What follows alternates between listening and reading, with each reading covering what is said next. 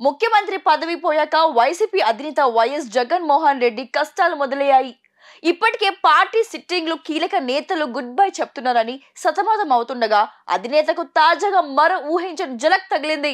YS Jagan passport రద్దయింది. దీంతో ఆయనకు పాస్పోర్ట్ కష్టాలు వచ్చిపడ్డాయి. ముఖ్యమంత్రి పదవికి పోవడంతో జగన్ డిప్లొమాటిక్ పాస్పోర్ట్ రద్దు చేసినట్లు సంబంధిత అధికారులు తెలిపారు. దీంతో చేసేదేమీ లేక జనరల్ పాస్పోర్ట్ కోసం ఆయన దరఖాస్తు చేసుకున్నారు. 5 సంవత్సరాల జనరల్ పాస్పోర్ట్ ఇవ్వాలని హైదరాబాద్ సిబిఐ కోర్టు ఆదేశించడం జరిగింది. ఈ వ్యవహారంపై విజయవాడ ప్రజాప్రతినిధులు కోర్టులో మాజీ సీఎం పిటిషన్ దాఖలు చేశారు. అయితే దీనిపై వివరించిన కోర్టు కేవలం 1 సంవత్సరానికి పాస్పోర్ట్ ఇవ్వాలని ఆదేశించింది. అయితే తనకు 5 సంవత్సరాలకు పాస్పోర్ట్ ఇవ్వాలని హైకోర్టులో వైఎస్ జగన్ ఇవాళ లంచ్ మోషన్ పిటిషన్ దాఖలు చేయడం జరిగింది. ఈ పిటిషన్ పై విచారణ సోమవారం రాష్ట్ర అత్యున్నత న్యాయస్థానం వాయిదా చేసింది. దీంతో లండన్ ప్రయాణం వైఎస్ జగన్ వాయిదా వేసుకున్నారు. వాస్తవానికి వైఎస్ జగన్ సెప్టెంబర్ 3వ తేదీన సతీ సమేతంగా లండన్ బయలుదేరి వెళ్లాలని అనుకున్నారు. ఇందుకు సిబిఐ ప్రత్యేక కోర్టు ఇటీవల అనుమతి కూడా ఇచ్చింది.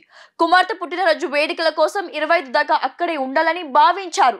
ఈ క్రమంలో అక్రమ ఆస్తుల కేసులో ఒకవైపు, ముఖ్యమంత్రిగా పాలనా సమయంలో తీసుకున్న అనుచిత నిర్ణయాలపై విచారణ ఇంకోవైపు.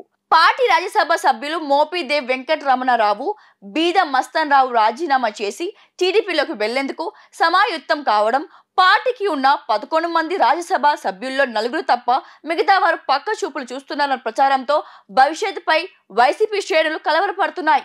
ఈ తరుణంలో ఆయన విదేశీ పర్యటన వారిని ఇరకటంలో పాడేస్తోంది. దీనికి తోడు పాస్పోర్ట్ కూడా రద్దు కావడంతో చేసేదేమీ లేక వాయిదా వేసుకున్నారు.